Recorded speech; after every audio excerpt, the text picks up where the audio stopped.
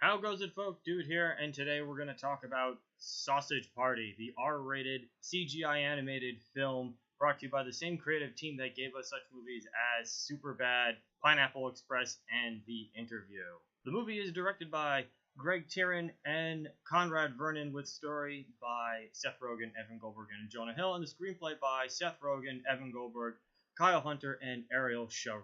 The movie's voice cast is a virtual who's who of cinematic comedy today. Seth Rogen, Kristen Wiig, Jonah Hill, Bill Hader, Michael Cera, James Franco, Dan McBride, Craig Robinson, Paul Rudd, Nick Kroll, David Krumholtz, Edward Norton, Selma Hayek, just to name a few. So let me tell you, ever since the first Red Band trailer came out for Sausage Party, I have had very high hopes about this movie. I really wanted to see it, which is unusual for me because I usually don't go see comedies in the theaters.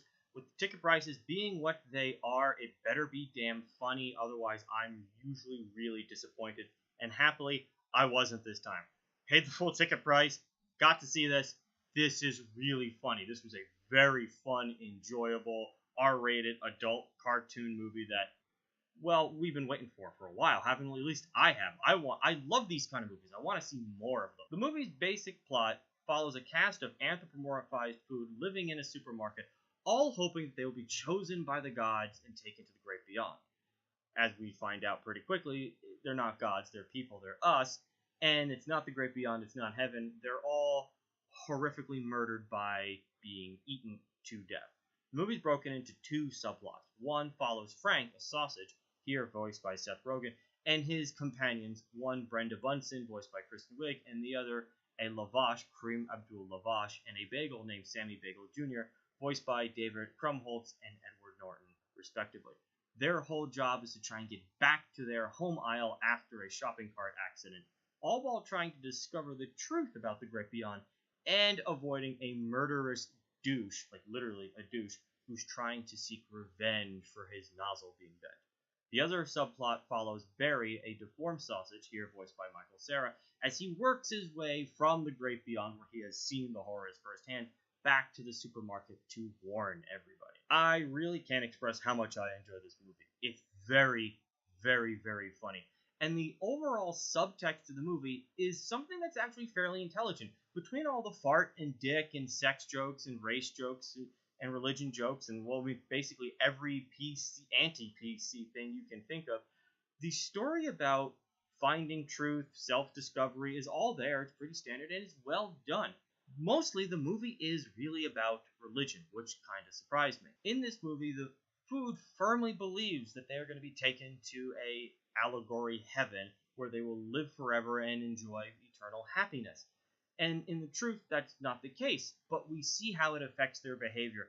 And all the things they say and do, or all the prohibitions that they have amongst each other, all stem from this religious belief they have that can easily be analogized or an allegory for our world and the big Abrahamic religions that dominate our discourse and cultures. Sometimes it's a little subtle, like Selma Hayek playing a repressed lesbian taco with the hots for Brenda Bunsen. Other times it's not so subtle, where you have the lavash talk about going to the great beyond, where he will have 77 bottles of virgin olive oil waiting for him.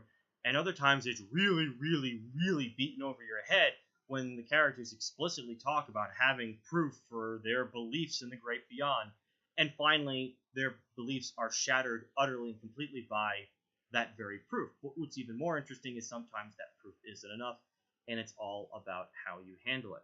I can't say enough good things about that. I thought it was handled really well. It was really clever. It was really funny. Yeah, sometimes it kind of beat you over the head, but other times it felt necessary and it was funny. That's the most important part. It was really, really funny. And of course, religion wasn't the only topic tackled in this movie. You've had sexuality, homosexuality is dealt with this in all its glory. Race and racial jokes are all throughout the film, as well as drug use.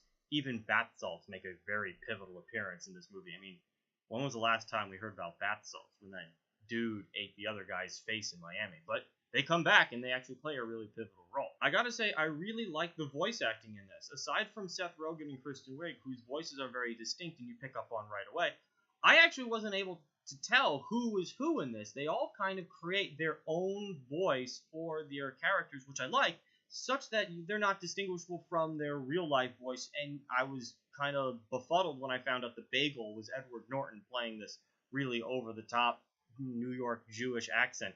It surprised me pleasantly because it wasn't just the actors being themselves, they really did create characters for this animated feature. The writing, as I mentioned, was very funny and really clever, so I can't give them enough props in this case. And the directing and cinematography for an animated film was adequate. Can't really write home about it much, can't say that, oh my god, the cinematography was so beautiful. I mean, it was a fairly low-budget animated film, so it didn't go for broke on this one. It certainly didn't have the crazy photorealism that we're used to with certain Pixar films like The Good Dinosaur or even The Jungle Book for that matter.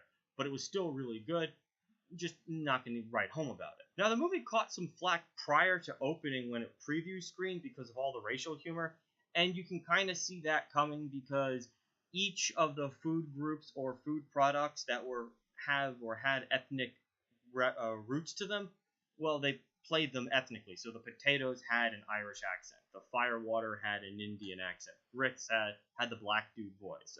Sauerkraut, they were all Nazi. I mean, it goes on and on and on and on and on. While people were bothered by it, it didn't really get me because it wasn't hateful humor. It was taking stereotypes and playing with them. That's the great thing about this country is we've got so many different cultures and ethnicities and religions that with them all together, you can notice the differences more because they're different from you. And sometimes you can point out, like, oh, God, that's kind of funny the way we act. Actually, we all act really funny. And I think that was kind of the big point of the movie is that we're all different. We all act really kind of goofy because we all have all sorts of weird religious and cultural norms, mores, and zeitgeists. And, of course, I got to talk about that ending. Holy crap. I mean, I remember when... oh, yeah, spoiler alert, whatever. I remember when Team America was coming out, and we knew going into it there was a big puppet sex scene, but holy crap. There's a food orgy at the end of this movie that puts Team America to shame.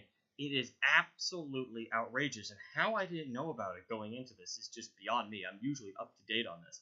But, man, it was so ridiculous, so over the top, so funny. I absolutely loved it, and the theater that I saw it in was mostly full, and they went crazy for it, too. So that was a great way to cap it off. Overall, the movie is a very, very good animated comedy. I put it up there with Team America and South Park, Bigger, Longer, and Uncut. Is it one of the greatest comedies of all time? Who the heck knows? For me, I'm pretty stingy when it comes to comedy. It's a high bar to clear because I usually don't like going back and watching them again. I almost never buy them on DVD. With just very few exceptions will I sit down and watch another comedy. Airplane is one of them. South Park is one of them. Team America is one of them. The Big Lebowski is definitely one of them. Will I go back and watch this one whenever I get a chance?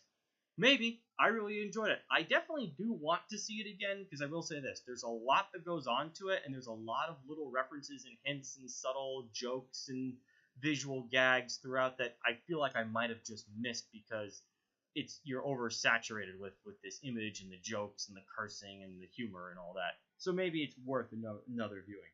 But overall, I would say go see this. It was absolutely hilarious. If you want to laugh and just laugh at just the most un-PC stuff that's out there that you know makes all the special snowflakes really, really mad and upset, this is your movie.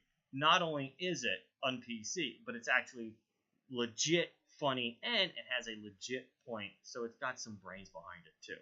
So, till then, enjoy, and you be well. Seth Rogen, Kristen Wiig, Jonah Hill, Bill Hader, Michael Cera, James Franco, Dan McBride, Craig Robinson, Paul Rudd, Nick Kroll. Damn it! Nick Roll? Is it Nick Roll? Or Kroll? Or Kroll? I want to say Nick Roll. Fuck. David Krumholtz, David Krumholtz, Edward Norton, Selma Hayek,